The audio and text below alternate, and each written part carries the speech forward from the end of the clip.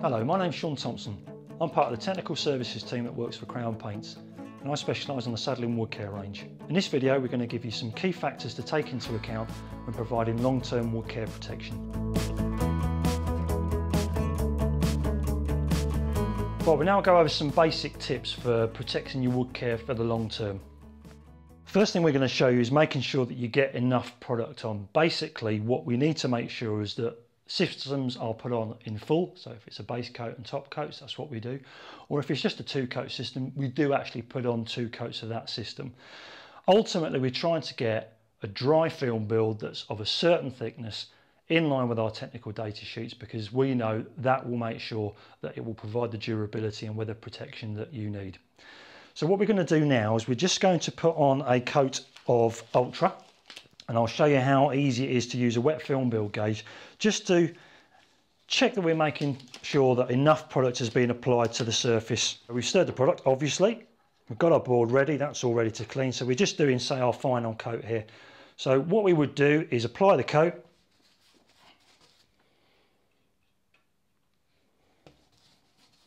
I'll just do one small length here.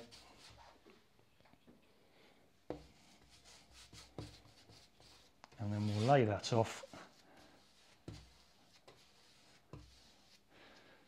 Now, a wet film build gauge is basically graded with microns. Technical data sheets will all state what the wet film build application rate needs to be. So in this particular case, Saddling Ultra needs to be specifically 66. 65 is near enough for the purpose of today.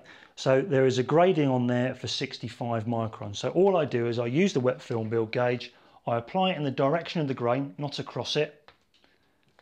I take that off, and then all I'm trying to see is whether or not the coating has actually touched the end of the tooth, which it has. And if we put it onto a piece of paper, I can see there that I've actually managed to get that to touch every tooth on that. So in effect, I've actually put on more than is required. Now, obviously for the trade, that will give you a good gauge as to whether or not you're putting on too much product, so you can change your technique and maybe just save yourself a bit of money. Or if you're not putting on enough, then obviously you need to change your technique and make sure that you put more on. Once you've done that a couple of times, that can simply go in your back pocket. No need to use it anymore. Right, so once we've applied our wet film build and measured that, that will ultimately dry to the recommended dry film build. So therefore, we know that as long as we put enough coats on as recommended, it's then going to perform and give us the durability that we would expect out of the systems. So for example, if we were to put on classic and 2 coats of extra, we would expect 4 to 5 years before a maintenance coat is required. If we're going to use something like Super Deck, then potentially we're talking up to 8 years. If we're talking Ultra, then obviously we're talking up to 7 years on that, as long as sufficient product has been put on and that's been put onto the recommended wet film thicknesses that ultimately go to the recommended dry film thickness. All that information is on a technical data sheet that is there to support and give you the information that you need to make sure that the products are being applied as per recommended by us, the manufacturers. There's a couple of other things that we can pass on to you as top tips, especially on the design side. If we're looking at, say, a window ledge, we're obviously trying to encourage water to actually run off the surface. Things like flats on window sills, not a good idea, because we don't want water sitting on there.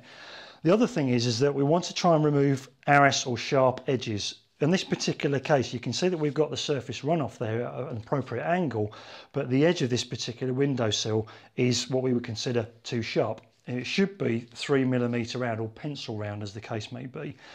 What you will find in a lot of cases with all coatings is that if you've got a sharp edge, no matter how hard you try to apply the coating, you will never get the same level of thickness on that edge.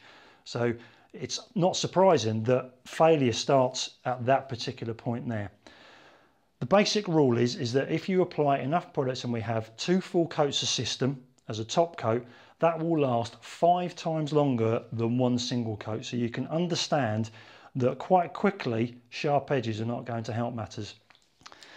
So if we've got a situation like we have here on this particular piece of timber, whereby we've got a sharp edge, if this was representative of a windowsill, what we can do is very simply make sure that the corner is rubbed down, take off that edge, make sure that's dusted off, The roundness of that edge will then give the coating the opportunity to make sure that if you apply the coatings, it will be applied evenly. It will last longer than the sharp edge.